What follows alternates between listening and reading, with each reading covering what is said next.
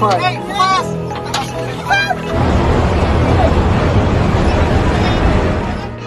Magandang araw mga ka-aerial defense, may ibabahagi na naman ako sa inyo dahil ngayong araw na ito ay may bagay tayong pag-uusapan, mga barko ng Pilipinas sa Scarborough Shoal, binomba na naman ng China, pero bago tayo magpatuloy wag mo muna kalimutan mag-like, share, and subscribe, paki-follow at like muna ng aming page na nasa description na ang link.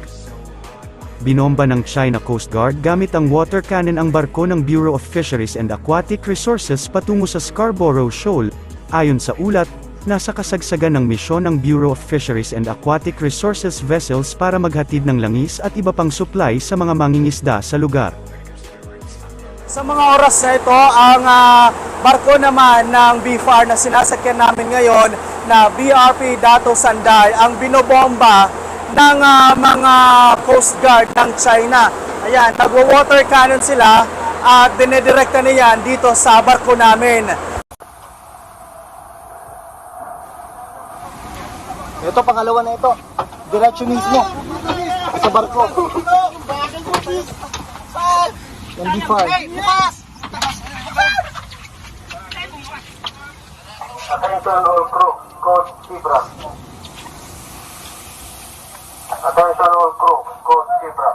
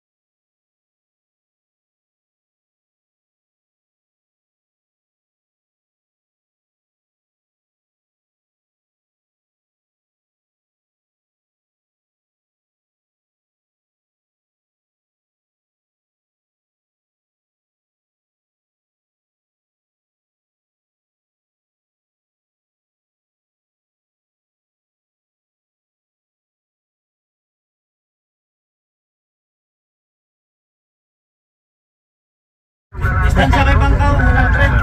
Libre? Sa Tupang. Sa kabilang ba? Si Sanday sa Tupang.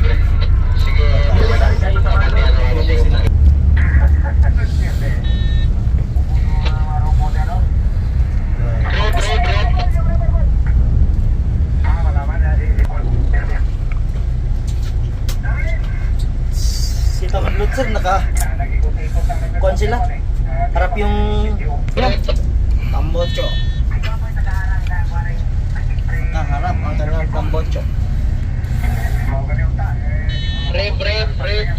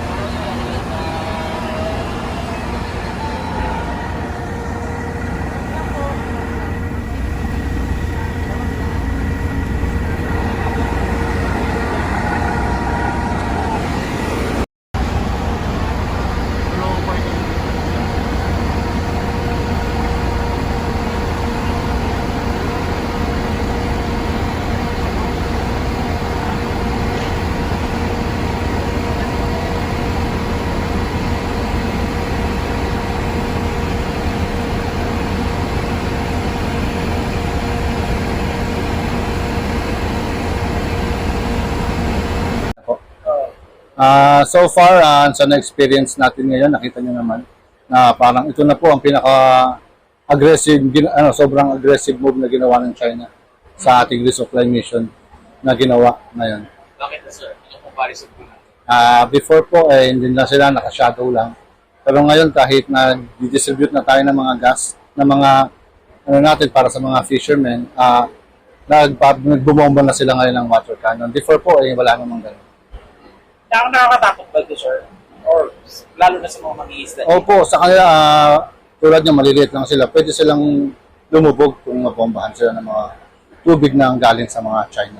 Anong giging ambag natin ng BFAR sa ginawa nito ngayon? Sa ngayon po, ito po ay isang parang makikita na rin yung mga move din ng China. So, para maiwasan po next mission, magkakaroon po tayo ng mga alternative siguro sa susunod na mga resupply natin. So, kinat-short natin, sir, itong mission? Opo.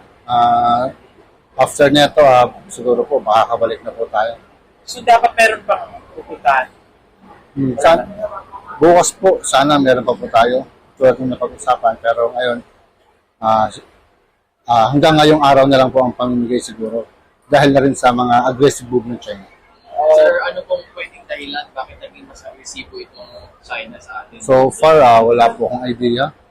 Siguro dahil na rin po sa talagang kiniklaim nila na ang Scarborough is part ng China siguro. Sir, sa bilang po ng mga target natin bigyan ng supply, ilan lang po inaabutan natin dahil nga po na-concern po tayo?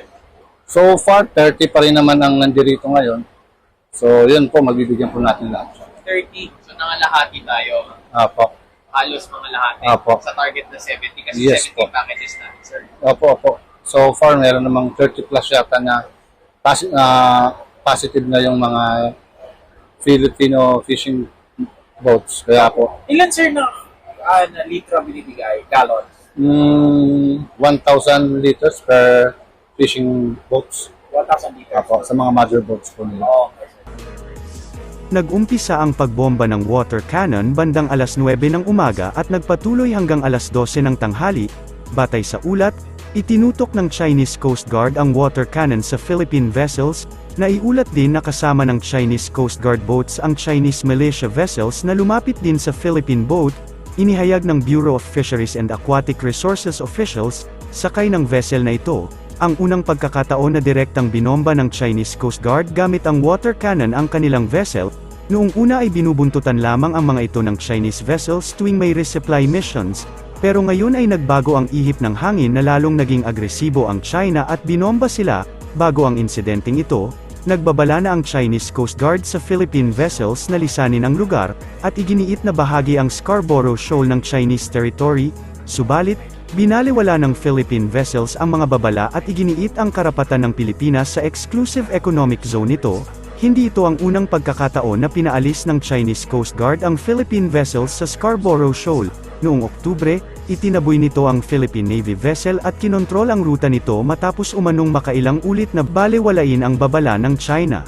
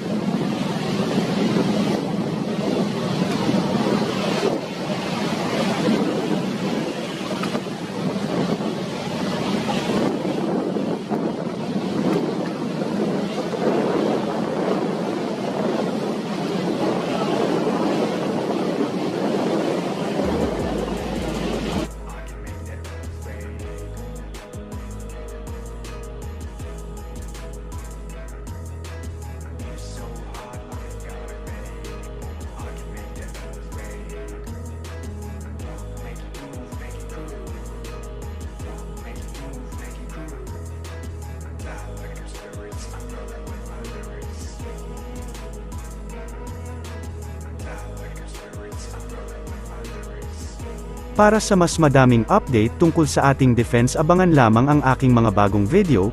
Para naman sa mga gusto magpa-shoutout, mag-comment lamang po at share, paki-follow at like muna ng aming page na nasa description na ang link. Huwag mo na rin kalimutan mag-like, share, and subscribe. Pindutin mo na rin ang bell para updated kayo sa aking mga video. Maraming salamat po.